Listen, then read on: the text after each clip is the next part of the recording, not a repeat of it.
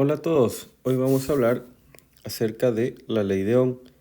La ley de Ohm es lo que me permite el estudio de los circuitos eléctricos. Un circuito eléctrico está conformado por una fuente, el cableado y la carga. ¿Sí? Son tres partes fundamentales de un circuito eléctrico. En el ejemplo que va a continuación, vamos a conectar una fuente, que en este caso representa una batería. Vamos a conectar la carga mediante el cableado, negativo con negativo, el lado positivo con positivo, y en este caso cierro el circuito, y una vez que cierro el circuito ya estoy complementando el circuito eléctrico. Al momento de que cierro el circuito aparece la corriente y prende la LED, ¿correcto? Ahora, si quiero saber cómo se comporta un circuito, tengo un triángulo que involucra a tres variables. Involucra a la variable de corriente, la letra I, involucra a la variable de voltaje, la letra E, y a la variable de resistencia, la letra R. Y de aquí nacen fórmulas. La primera fórmula sería que la corriente es igual al voltaje dividido por la resistencia. La segunda fórmula me dice que es igual la resistencia dividido el voltaje para la corriente. Y mi última fórmula que me dice que el voltaje es igual a la corriente por la resistencia.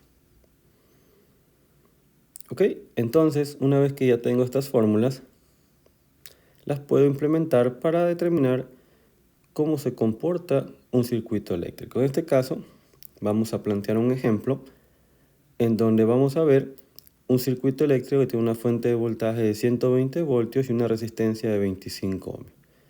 Y lo voy a analizar mediante la ley de Ohm.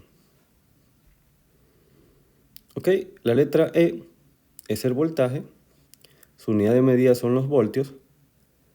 La letra I es la corriente, su unidad de medida son los amperes. Y la letra R es la resistencia, la unidad de medida van a ser los ohmios. Ok, entonces si volvemos al circuito inicial, podemos determinar la corriente mediante la ley de Ohm.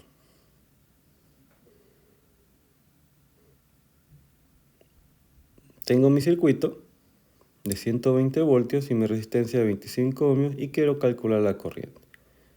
Para este caso, debo de aplicar mi fórmula de corriente. Utilizo mi triángulo con la letra I de corriente, que va a ser igual al voltaje dividido por la resistencia. ¿Sí? Si eso lo reemplazamos en el circuito, me va a decir que mi corriente es igual al voltaje dividido por la resistencia, va a ser 120 entre 25 igual a 4.8 amperes. Esa va a ser la corriente del circuito. La potencia es la cantidad de energía que consume una resistencia en un tiempo determinado. Si regresamos al circuito inicial, podemos calcular la potencia. Pero antes de eso vamos a tener nuestro triángulo en donde tengo la letra P de potencia, la E de voltaje y la I de corriente. El voltaje va a ser igual a la potencia dividido por la corriente. La corriente va a ser igual a la potencia dividido por el voltaje.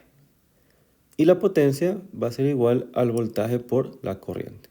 Si reemplazamos en el ejercicio que teníamos anteriormente, que ya teníamos la fuente 120 y la corriente 4.8 amperes, puedo calcular potencia así. Voy a multiplicar 120 por 4.8.